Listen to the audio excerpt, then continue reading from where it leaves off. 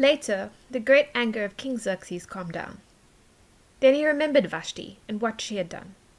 He also remembered the royal order he had sent out concerning her. At that time, the king's personal attendants made a suggestion. They said, "King Xerxes, let a search be made for some beautiful young virgins for you. Appoint some officials in every territory in your kingdom.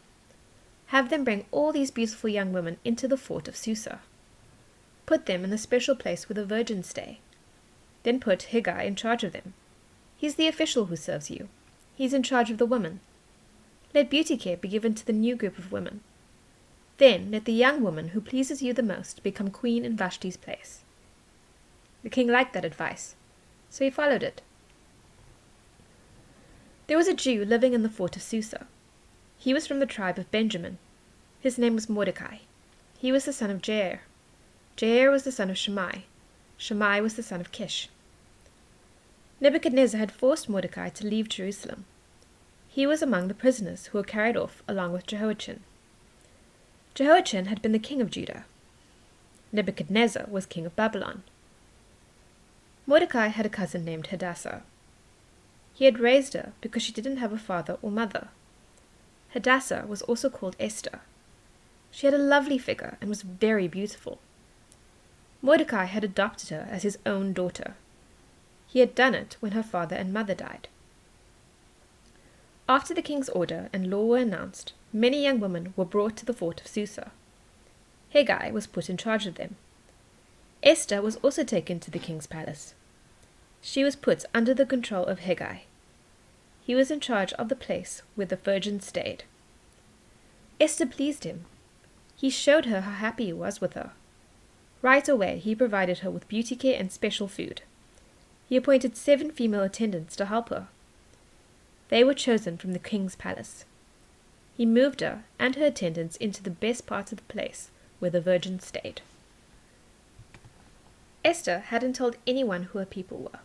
She hadn't talked about her family. That's because Mordecai had told her not to. Mordecai tried to find out how Esther was getting along. He wanted to know what was happening to her. So he walked back and forth near the courtyard by the place where the virgins stayed. He did it every day. Each young woman had to complete 12 months of beauty care. They used oil of myrrh for 6 months, and they used perfume and makeup for the other 6 months. A virgin's turn to go into King Xerxes could come only after a full 12 months had passed. And here is how she would go to the king. She would be given anything she wanted from the place where the virgins stayed. She could take it with her to the king's palace. In the evening she would go there. In the morning she would leave. Then she would go to the special place where the king's concubines stayed. She would be put under the control of Shazgaz. He was the king's official who was in charge of the concubines. She would never return to the king unless he was pleased with her. He had to send for her by name before she could go to him again.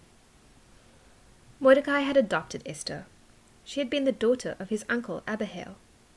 Her turn came to go into the king. She only asked for what Haggai suggested. He was the king's official who was in charge of the place where the virgins stayed. Everyone who saw Esther was pleased with her. She was taken to King Xerxes in the royal house. It was now the 10th month. That was the month of Tebeth. It was the 7th year of the rule of Xerxes. The king liked Esther more than he liked any of the other women. She pleased him more than any of the other virgins, so he put a royal crown on her head. He made her queen in Vashti's place. Then the king gave a feast to honor Esther. All his nobles and officials were invited. He announced a holiday all through the territories he ruled over. He freely gave many gifts in keeping with his royal wealth. The virgins were gathered together a second time.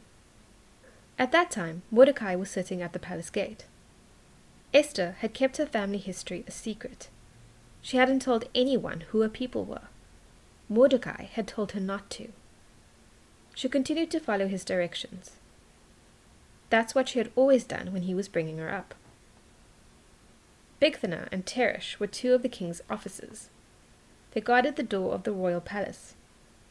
They became angry with King Xerxes, so they decided to kill him.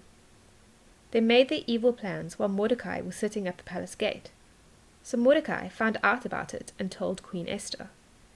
Then she reported it to the king. She told him that Mordecai had uncovered the plans against him. Some people checked Esther's report, and they found out it was true. So the two officials were put to death. Then poles were stuck through them. They were set up where people could see them. All of that was written in the official records. It was written down while the king was watching.